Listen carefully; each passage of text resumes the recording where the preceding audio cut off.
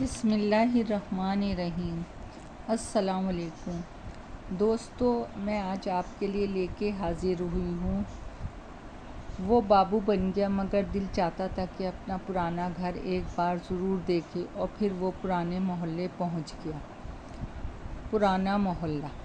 شام 4 بجے کا وقت تھا۔ صابر نے اپنی گاڑی جگہ جگہ سے ٹوٹی پھوٹی مگر نسبتاً چوڑی سڑک پہ ایک جانب کھڑی کی اور گاڑی سے باہر نکل آیا۔ صابر کو اندر تنگ گلی میں جانا تھا مگر اس کی گاڑی اندر نہیں جا سکتی تھی، اس لیے اس نے وہیں گلی کے ایک ہی مناسب جگہ دیکھ کے اپنی گاڑی روک لی۔ اس علاقے میں گاڑی اور اس میں سوار بہترین لباس میں ملبوس نوجوان کو دیکھ کے میلے کچیلے کپڑوں میں ملبوس بچے، نوجوان اور لوگ اس طرح اسے گھور رہے تھے جیسے وہ انسان نہیں، کوئی خلائی مخلوق ہو۔ سب کا اس کی طرف دیکھنا اسے عجیب سا لگ رہا تھا۔ وہ سب کو نظر انداز کر کے اندر گلی میں داخل ہو گیا۔ اسے اس علاقے میں اپنے مطلوبہ گھر کی تلاش تھی۔ گلی کے اندر داخل ہو کر اسے دائیں بائیں جانب مڑتی گلیاں نظر آئیں۔ وہ ایک لمحے کے لیے رک گیا کیونکہ فیصلہ نہیں کر پا رہا تھا کہ آگے سے کس گلی میں مڑنا ہے۔ پھر اس نے سوچا کیوں نہ کسی سے اس کا گھر کا پتہ پوچھ لیا جائے جہاں اسے جانا تھا۔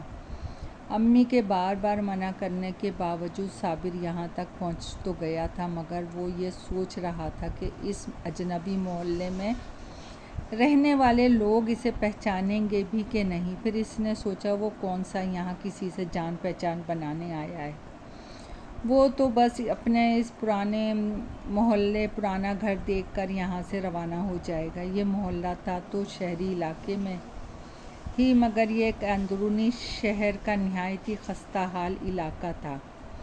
اس محلے کی گلیوں میں موجود ہر گھر سے غربت ٹپک رہی تھی۔ اس کے اس محلے میں آنے کی دلچسپی کا اصل سبب یہ تھا کہ وہ اس محلے میں پیدا ہوا تھا۔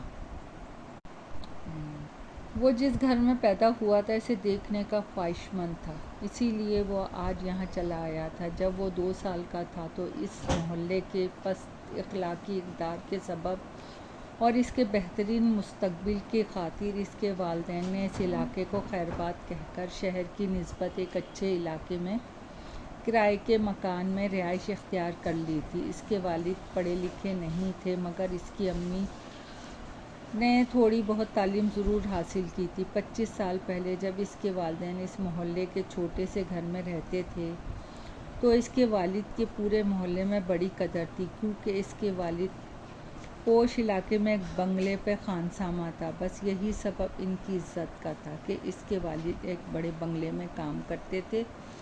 بعض اوقات بنگلے سے ملنے والی قیمتی اشیاء اور سامان کی وجہ سے محلے کے باقی لوگ انہیں امیر تصور کرتے تھے۔ صابر اپنے والدین کی اکلوتی اولاد تھی۔ والدین کے اس محلے کو چھوڑنے کے بعد اس کے والدین اسے شہر کے ایک انتہائی اچھے اسکول میں داخل کروایا۔ خوش قسمتی سے جس بنگلے میں اس کے والد خانسامہ تھے وہاں کی مالکن بھی بڑی رحم دل اور سخی عورت تھی۔ وہ صابر کی پڑھائی کے سلسلے میں ان کی خاصی مدد کیا کرتی تھی جس کے سبب وہ صابر کی پڑھائی کی طرف سے بے فکر ہو گئے تھے۔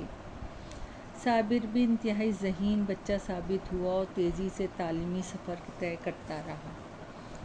وقت کا پرندہ ماہ و سال کے پر لگا کے اڑتا چلا گیا۔ پہلے صابر نے شہر میں میٹرک میں پوزیشن حاصل کر کے والدین کا سر فخر سے بلند کیا، پھر تعلیم کے دیگر مراحل بھی کامیابی سے طے کر کے 22 سال کی عمر میں اکنامکس میں ماسٹرز کی ڈگری لے کے پوری یونیورسٹی میں ٹاپ کر کے اپنے والدین کا نام اور سر فخر سے اونچا کر دیا۔ خانسامہ کے بیٹے کی اس کامیابی پہ ہر زبان پہ بس اسی کا نام تھا۔ اب صابر اپنے والد کو آرام دے کر خود ان کے لیے کچھ کرنے کا خواہاں تھا۔ قسمت نے یہاں بھی اس پر یاوری کی اور اپنی تعلیمی لیاقت کی بدولت وہ جلدی ملک کے ایک معروف بینک میں مینیجر کے عہدے پہ فائز ہو گیا۔ یوں ہی ایک روز گھر میں امی ابو کے درمیان رات کھانے کے دوران اس کی جائے پیدائش اور پرانے محلے کا ذکر ہوا تو صابر کے دل میں اپنا وہ گھر اور محلہ دیکھنے کی خواہش نے سر ابھارا جس میں وہ پیدا ہوا تھا۔ پہلے تو امی اسے وہاں جانے سے منع کرتی رہیں، مگر اس کی ضد کے آگے مجبور ہو کے اسے وہاں جانے کی اجازت مل گئی۔ صابر چند قدم آگے بڑھا تو اسے ایک گھر کے اندرونی حصے میں، جس کا ایک بڑا حصہ باہر گلی کی جانب کھلا ہوا تھا، تو اس میں کچھ نوجوان لکڑی کے اسٹینڈ پہ کھڑے کیرم کھیلتے نظر آئے۔ یہ کیرم کھیلنے کی دکان تھی جسے کسی نے اپنے گھر میں کھول رکھی تھی۔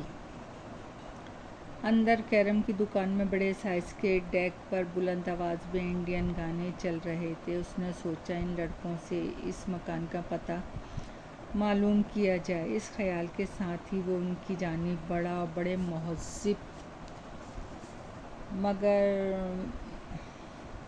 انداز میں مگر گانوں کے شور کے سبب قدرے اونچی آواز میں پوچھا، کیا آپ لوگ ایک پتہ سمجھانے میں میری مدد کر سکتے ہیں؟ اس کی بات سن کے ایک نوجوان نے، جس کا منہ پان اور پیک سے مکمل بھرا ہوا تھا، اس انداز میں ایک زوردار پچکاری صابر کے سامنے زمین پہ دے ماری کہ خود کو بچانے کے لیے صابر کو فوراً اپنا پاؤں پیچھے کرنا پڑا۔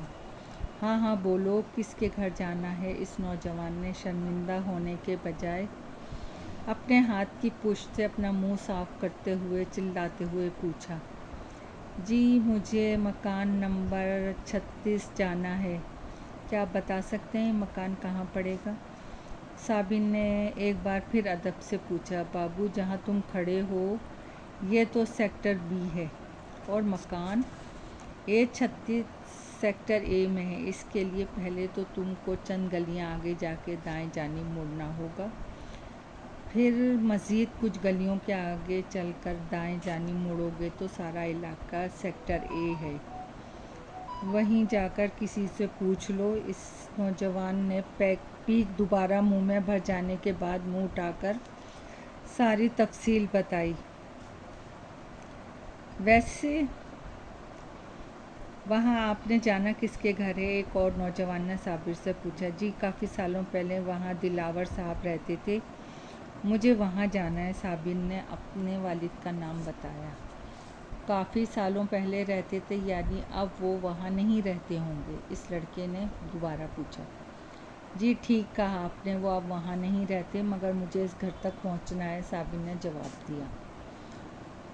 تو پھر جیسے تم کو سمجھایا ہے ویسے ہی آگے کی جانب نکل لو، مل جائے گا وہ گھر۔ نوجوان نے دوبارہ پان کی پیک سے بھرا منہ اوپر کر کے صابر کو مشورہ دیا اور کیرم کھیلنے میں مصروف ہو گیا۔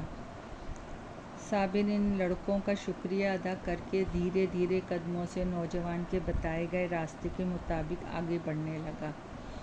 آخر کار کافی چلنے اور بھول بھلیوں سے گزرنے کے بعد وہ اپنی مطلوبہ گلی کے کنارے پہ پہنچ گیا۔ اس نے گلی میں جھانک کے دیکھا، یہ گلی یہاں کی باقی گلیوں کے مقابلے میں زیادہ لمبی مگر اختتام پر بند تھی۔ اس گلی میں بھی زیادہ تر پرانے گھر تھے، مگر ان گھروں کی تعداد باقی گلیوں کے مقابلے میں زیادہ تھی۔ گلی کے جس حصے میں صابر کھڑا تھا وہیں ایک کونے پہ ایک ادھیڑ عمر شخص میز پر ململ کے دوپٹہ نما چادر سے ڈھانپے، جو میز پہ رکھے ہوئے برتنوں کو ڈھانپنے میں بھی ناکافی تھی، کچھ بیچ رہا تھا جس پہ بے تحاشا مکھیاں بھن بھنا رہی تھیں۔ صابر نے جب میز پر رکھی چیزوں پر غور کیا تو اسے چنے چھولے نظر آئے۔ وہ ساتھ ہی کھڑا ایک 8 سالہ بچہ ایک پیالے میں بھن بھناتی مکھیوں کے باوجود مزے سے چھولے کھانے میں مگن تھا۔ صابر نے سوچا اس گلی کے کونے پہ کھڑا چھولے بیچ رہا تھا تو یہ رہتا بھی اسی گلی میں ہوگا، یقیناً اسے اس گھر کا پتہ معلوم ہوگا۔ اس سوچ کے ساتھ صابر چند قدم آگے بڑھ کر اس کی جانب چلا گیا۔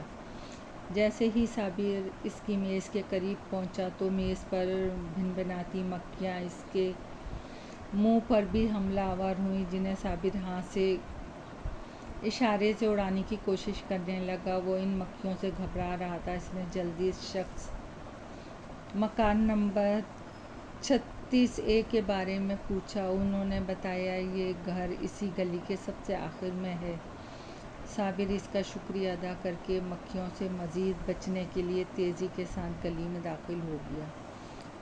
چند قدم آگے چل کے صابر رک گیا اور کچھ سوچنے لگا۔ ابھی وہ ایک گھر کے نیچے کھڑا کچھ سوچ ہی رہا تھا کہ اسی گھر کی چھت کے عین اوپر سے باہر گلی کی جانب نکلے ہوئے نکاسی کے پائپ سے اچانک تیزی سے پانی نکل کر اس پہ آنے ہی لگا تھا کہ اس نے فوراً آگے کی جانب چھلانگ لگا کے اپنے آپ کو گیلا ہونے سے بچایا۔ پیچھے مڑ کر اس نے اوپر کی جانب دیکھا تو اس گھر کی کھلی چھت میں نفس پائپ جو تقریباً 7-8 فٹ باہر گلی کی جانب نکلا ہوا تھا، اس میں سے تیزی کے ساتھ گندا پانی نکل کے گلی کے درمیان گر رہا تھا۔ جس طرح پانی کا پائپ چھت سے قدرے باہر کی جانب نکلا ہوا تھا، پانی بھی اسی حساب سے باہر گلی کے درمیان میں گر رہا تھا۔ اس نے اندازہ لگایا کہ اس پانی کے گرنے تک نہ تو کوئی اس گھر سے آگے بڑھ سکتا ہے نہ ہی دوسری جانب نکل سکتا ہے، کیونکہ تیزی کے ساتھ گرتا پانی گلی کے چاروں طرف پھیل کے کیچڑ کر رہا تھا۔ اس نے وہیں کھڑے کھڑے اندازہ لگایا اور اوپر گھر میں کپڑے دھوئے جا رہے تھے، مگر وہ شکر کر رہا تھا کہ اس کی پھرتی دکھانے کے سبب وہ گیلا ہونے سے بچ گیا۔